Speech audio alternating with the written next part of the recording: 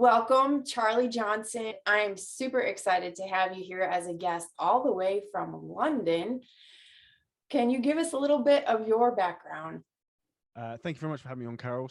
My name's Charlie Johnson. I run the biggest body transformation and fitness business within Europe, and I am based in not so sunny London today. In terms of about me, which is like an interesting backstory to go a little off tangent, most people don't realize is I was probably like a lot of people listening to this right now, who maybe you work a 9 to 5 job, you're out of shape, and you don't think you can possibly maybe get in shape, and it's something that is unachievable to you. And that's what was really my interesting backstory. Is I came from originally a property background, and I spent 9 years in real estate. And probably when I hit about 25, 26, the penny really dropped in terms of um, opening my mind in terms of what can be achieved and not being pigeonholed into that you can't do something or you can't get in shape or you can't create your own business. And that's really like my big uh, superpower is helping people to unbox and open up their ability to maximize who they are, if that makes sense. Wow, that's great. So you help people cultivate that growth mindset, help them get over their limiting beliefs and encourage them and to know that you can basically accomplish anything that you really want. You put your mind 100%. to it. 100%. And I think that's why I love the US and Canada in particular, because in Europe, we have a very different culture. In fact, that people are a lot more conservative, a lot more stay in your box. So, like from my experiences of being in like North America, is that people would like have more recommendations and be more impressed that you went and you tried something and you failed than you never tried at all. So they'd rather you went and started the business and at least you gave it a go. And if it didn't work, it doesn't work, rather than you just stay doing something you'd hate. Whereas almost like European culture is people are like, just settle for what you have rather than trying to like live the best life you can. Wow, interesting. I realized that if I wanted to get away from this yo-yo dieting, gain 5 pounds, gain 10 pounds, lose five, and just never getting to my ideal weight, that I really had to change my thinking. And it's almost like committing to never going back to where I was. And it's if you look at an addict, because there's all kinds of addicts, right? Drug addicts, food addicts, whatever. They come to the realization that they can never go back. What do you experience with your clients? That's something you see very common. So people often have different addictions in life. So it can be from work can be addiction, food can be an addiction, alcohol can be addiction, sex can be addiction, like gambling, like the list goes on. Right. And everyone tends to have their sort of vice to a degree, but the most important thing that we teach clients, and it sounds like you've become aware of, is teaching self-awareness. So becoming aware of like how certain foods make you think, how exercising makes you feel, how certain exercises make you feel, and becoming aware of this process and becoming aware of you and why you do certain things, and almost learning pattern recognition. So then you can almost realize like, oh, okay, Saturday and Sunday I self-sabotage myself by doing XYZ. Right. Maybe I shouldn't do that. And it's all like learning these patterns that you've created in your life. Because I think once you probably hit 30, 35, I was listening to an interesting talk from Joe Dispenza, who's like a brain like neurologist, brain scientist basically. And he was basically saying how when you hit sort of 35, you've almost got 95% of the way you think is ingrained in habit. So you only have 5% free thought. So what we're almost trying to do is unteach all these bad habits we've learned throughout our life to then actually like be mindful and be aware of who we are. Right. Yeah, and I recognize going back to my childhood, my elementary years, that I would come home from school and I'd head straight to the kitchen and just have whatever I wanted because there were no boundaries really. And so that was a pattern that I had to break in my adulthood. So those patterns are definitely worth looking at. And then you said creating awareness. And so there's something called mindfulness, and we can apply that to when we eat. Can you speak to that? So this is something that a lot of people struggle with, and I think we struggle with in society generally now at the moment, which is being present. I don't know if you would agree with that. Yes. And that's because we live in such a a fast-paced, dopamine-driven world, and we have all these devices and technologies that are amazing, like social media, Instagram, Facebook, YouTube, like all these wonderful things that are designed to basically distract us and draw us in, and they're designed by the most intelligent people in the world to get us addicted and hooked to it with Yes. dopamine hits. Now, what happens that most people don't realize is that when they're actually eating food, or they're even with their family they're eating, most people are just aimlessly scrolling on their phone through Facebook, Instagram, Twitter, whatever. And this is how a lot of people don't realize the amount of food they're eating.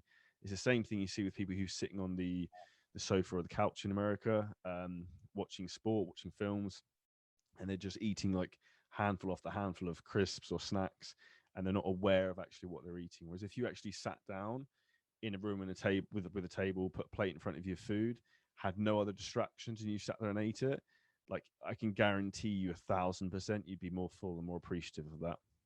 Yes, I've definitely learned how to take the portion size, put the bag away, and just have my portion. Yeah, but it's small little tips like that make a big difference. Like some other good, like handy ones for anyone listening is like an easy one is using a smaller plate. Yeah. And another one, like I tend to eat incredibly quickly, which is a really bad habit, but I'm self-aware and aware of that. But a good way to slow this down is to use a very small spoon sometimes, Oh, because you're physically making it harder for yourself to eat quicker. So like even if you do something like that quickly, you're like forcing yourself to slow down. yeah. So small things like this can be good hacks we sometimes use with clients. That was funny. I just had a visual of you, this big bodybuilder eating with a baby spoon. Well, yeah, sometimes I will use things like a teaspoon to eat like porridge oats and things like that, just to slow me down from eating too fast. So, um, and when we look at the way the human body works, though, the most important thing we actually have that most people don't realize is actually our digestive system. So, 77% of our immune system is based within our digestive tract, and us hammering down food, eating really, really quickly when we're super stressed and not chewing food is a very surefire way to cause digestive issues, which will then compromise our digestive system, that then compromises our immune system, and then so on and so forth. Yeah, I've recognized that if I'm eating junk food, then I am more apt to get sick with a cold than if I were to continue eating healthy. It's a corny saying that we are what we eat, but that's again. So this is really powerful what you just said. So that is you being self-aware of I eat X, I feel Y, and then realizing, oh, I don't want to eat X because I don't want to feel like Y. And then when you suddenly understand that, then it's easy to stick to a quote unquote diet. When it's not a diet, it's a lifestyle. And that's the big thing that we teach clients is trying to connect the dots and trying to think like Sherlock Holmes and think, okay, I feel a bit crappy today. It's Sunday. What did I do yesterday that's different on Saturday? Oh, I went out Saturday night and I ate half a cheesecake. That's probably why. Does that Yeah. make sense? Yes. Yeah. Yeah. Do you have clients that say that they want to lose weight, they want to get in shape, but then their behaviors are not congruent with their goals? So that's another talking point. So everyone says they want to get in shape, but like A would be define get in shape, and B, the real question is why do you want to get in shape? Mhm. Because like getting in shape is cool, but that's never actually really people's purpose. So is it A, you want to be more confident? Is it you want to be more attractive to attract a partner? Do you want to make your wife more attracted to you again? Do you want to feel better and perform better at work? Do you want to perform better for sports? Like, there's a Right. more specific answer rather than why are you looking to get fit? It's like I spoke to a guy earlier this week, and his reason why he wanted to get fit is like a hugely successful businessman from Texas, and it's because he's starting to get drink problems. He's like, okay, I've got this addictive personality. I'm really driven. I need to like I'm out of shape. I Yeah. need to push myself into fitness, getting in shape to pull me away from this vice that I'm starting to have a problem with. Yes. Yeah. That can really make a difference. Replacing a bad habit with a great habit. And I know that you have overcome some obstacles. You had flat feet, Yeah. but you learned how to work through that. And one of the things that I learned is to speak up with my trainer anytime I felt like, oh, I've got a twinge in my ankle, or oh, I'm not feeling quite right with this knee. And they would stop everything. They'd give me stretches, and it made a world of difference for that next set that was put out. I also see people who get these little twinges of pain or whatever, they have something going on and they just stop, they just quit. So what would be the mindset that is going on there that, that you could help with some tips there? I think the biggest thing people need to think of is, and I actually read something today about this, about business. Like I'm very fortunate. I have on our business, we have a mission to transform 100,000 people by 2030. We're very successful. We have thousands of transformations, and we have a lot of clients. But with that comes a lot of headaches. And I was reading this today. I was like, and they're talking about how entrepreneurs, you just have to get used to dealing with problems. And this is a prime example when people are exercising as the individual. Like, things will always go wrong in life. That's human nature. You can't control everything. A stupid situation in the UK at the moment is there's currently a petrol shortage because there's not enough drivers to get petrol to petrol stations, to the gas station. So I literally have 0 miles on my fuel clock. So I'm having to get an Uber to the gym and back, which is not convenient. But again, that's an example of a problem and overcoming the problem with a solution. Now, the same thing can be said in terms of exercising and training, because we're always going to have niggles. You might be traveling, sleeping in weird beds, be getting back issues, but there's always a solution and a best case answer to try and fix something, rather than just giving up and be like, oh, I'm just not going to do this. And it's the same thing with food. So there's always a better choice and a worse choice. So again, using the example of when people are traveling or on the road, that a lot of people are, oh, I can't stick to eating healthily because I'm always on the road. It was like, there's always a healthy choice, or there's always a better and a worse choice. Just because the worst choice is an easy thing for you to pick doesn't mean you have to pick it. And there's always a better choice. And that's one of those things, like, deep down, we have in our mind that almost like devil on one's shoulder who is trying to lead you astray. And I talk to people about it sometimes, like having a little bit of like a bitch voice in your head, where it's just trying to get you to lower the standard for yourself. And in reality, one of the biggest things we can try and learn is try and set a higher standard for ourselves every day in the choices we make, if that makes sense. Absolutely, yes. I remember while working out, it was like having that mindset of being relentless, no excuses, and remembering my why of why I was doing what I was doing. Yeah, that word you just said is very, very powerful. It's relentless, and it's like, you can't beat someone who doesn't stop. It's impossible. And that's, a couple of my friends have described me in that respect, because I'm not genetically gifted. I'm not overly intelligent more than anyone else, but I just don't stop. You just got to keep going with everything. And everyone will have challenges thrown in front of them, but it's how you navigate those challenges and how you deal with them is how you become who you can be. Right. And you have a whole system for transformation, and it's all virtual. So Correct. it doesn't matter where the audience is, they can tap into what you have to offer. And I know that you were on Men's Health magazine, and then you just mentioned that you were in Forbes magazine. So congratulations on all of your success.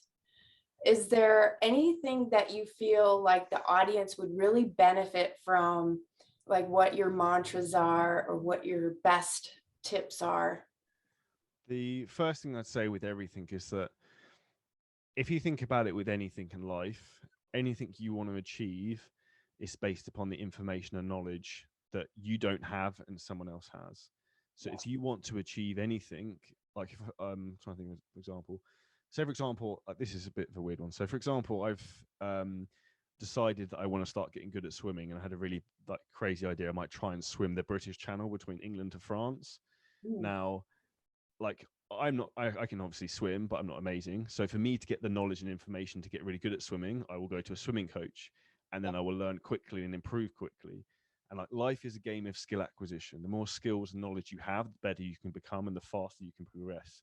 So the Right. biggest piece of advice I can give to anyone is that if you want to get to a certain place in terms of with your mind, with your body, with your business, is go to someone who has been there and done that and can help you get there. So for me, for example, I am personally a product of coaching. I have someone who, I work with a psychologist to try and improve the way I think and feel, to make me more self-aware.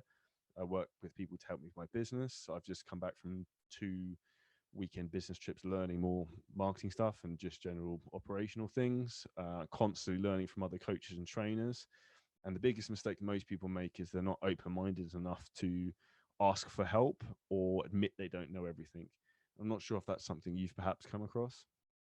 Oh, well, people like to make up excuses as to why they can't do something. So, we know the objections. Oh, I don't have the time. Oh, I don't have the money. There's always an excuse. I don't have the buy-in from my spouse or, my partner or whatever. And it's like, well, I just feel like then you don't want it. You don't want it bad enough. Because otherwise you learn how to be resourceful. You will make the time. You'll figure it out. You'll find the money. It's like you're spending all this money over here, but you say you want this, but you're not willing to invest in yourself. And yes, I deal with that all the time. And it's like, you're preaching to the choir, buddy. We go through it a lot as entrepreneurs. Yeah, it's people's actions speak louder than words. And a lot of the time people like to talk a lot and not do a lot. And the one thing, like, I'm naturally a very introvert, quiet person, and I've become more extrovert as I've learned to become that, because it's a skill. And like, probably for you and for most people listening to this, if you try and first time talking on like YouTube on in front of a video, or on like Instagram stories, or on uh, doing podcasts, like, you're scared. It's really weird. And like, here's a really strange example. I've done hundreds of YouTube videos at this point, talked on Instagram loads of times. First time I started my own podcast, is my first own episode. I was really nervous about talking because I'm like talking to myself and there's no one else around. And Yeah. it's one of those things that you have to push yourself and put yourself in uncomfortable situations and be willing to do those things. And that's how you improve and you level up with everything. And it's the same thing with asking for help from people to help you improve with your body, your mind, your health. It's very important. The first step is always the hardest, which is reaching out for help. Right. And nobody wants to take the before picture. No, but that is the best thing you can ever do, because one of the best things you can, like, here's another hack for anyone. So one of the best things you can do is doing that, because it gives you context of where you started and where you are now. And one of the things that I like to do is I like to write my phone. I'll go in my phone. It's always, I don't know why, it's always when I'm on a plane because I get bored. I'll go in my phone and I'll write a goals for like the next 3 months, or at the start of the year, I'll write a goal for 3, 6, and 12 months and 5 years.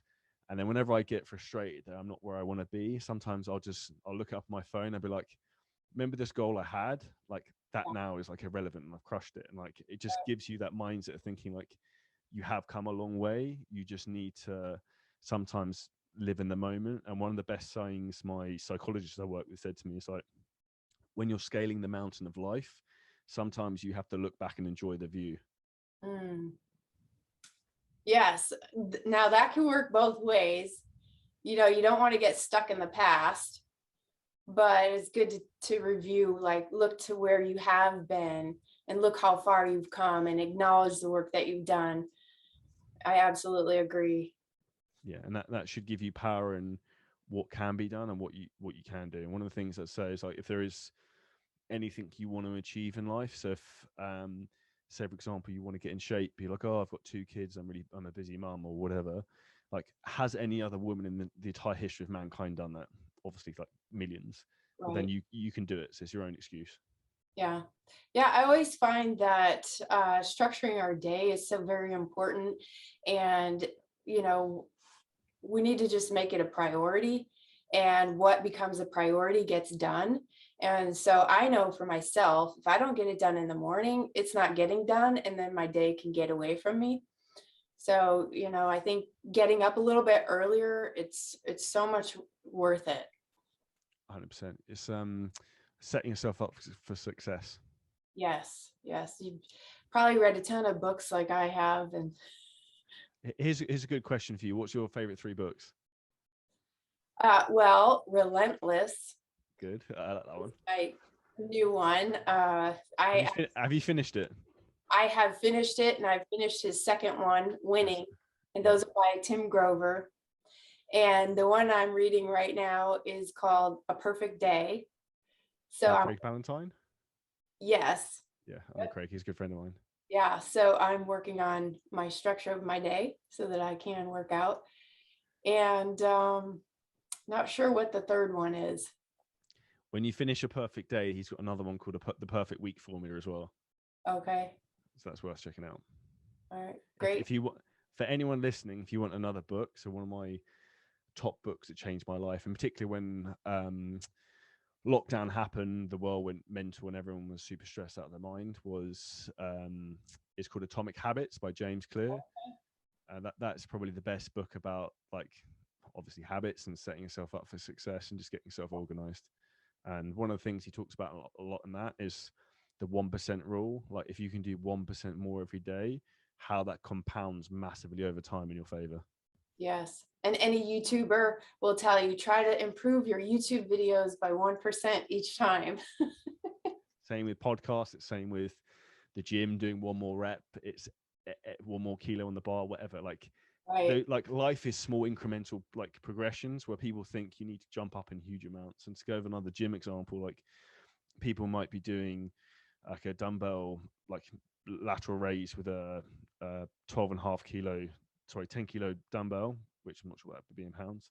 And then they'll do, say, for example, a 12.5 kilo one. They won't understand why they can't do that many reps, but people need to think perspective of life in percentages. That if that's a 2.5 kilo increase, that's a 25% increase. And you're suddenly not going to get 25% stronger in 3 months, no matter how good our programs are. Just have to think about, like, that compounding effect to small percentages adding up over time, and how that wins for you in your favor. Yes. And how working with a coach and a trainer can make all the difference. Like, I just feel like half of the people that are just going to your local gym are just wasting their time because they don't have the right form and they don't have someone holding them accountable. There's a proper way to work out and there's proper form. The other thing that I would say on that, so a bit of me dies inside when I see some of the things I see in gyms, and I don't want to be that person to go over to people. But the other thing you have to be aware of, in particular as we get older, that incorrectly executed exercises are going to cause issues in terms of injuries long term, because it's wear patterns on joints. So without getting too geeky with it, that if you look at, say, the knee and the elbows are hinge joints, are supposed to move in straight lines. A lot of people end up doing exercises incorrectly, put like a torsion and a twist through the joint, which you'll get away with for a while. But after 10, 15, 20 years, when you might get to 50, 60, that can then become a problem. So it's trying to fix these things early. And then it's one of those things I try and explain to our clients. It's like, if you learn how to exercise correctly, you can get more results without actually having to work any harder. Sound good? And then, of course, and then that's how you get the buy-in in the teaching process. Yes. And what's the name of your podcast? So my podcast is called The Shredded Show. So if you just type into Google or Safari, www.shreddedshow.com, and it'll come up with the Apple link and Spotify for that. Okay. And you also have a YouTube channel? Yes, I've got a YouTube channel, which is Charlie Johnson CJ Coaching. So if you just type that in there, we've got hundreds of educational videos, and my Instagram is at charliejohnsonfitness.com, at Charlie Johnson Fitness as well. And you can also check me out on LinkedIn as well. I've got a lot of articles on there. If you just search Charlie Johnson, it should come up. Okay. Thank you so much for being here today. Really appreciate it. So great to meet you. No, pleasure. Thank you very much for the invite. And if anyone needs any help with anything, feel free to message me on Instagram, Facebook, LinkedIn, wherever suits. Okay. Awesome. Thank you. Thank you.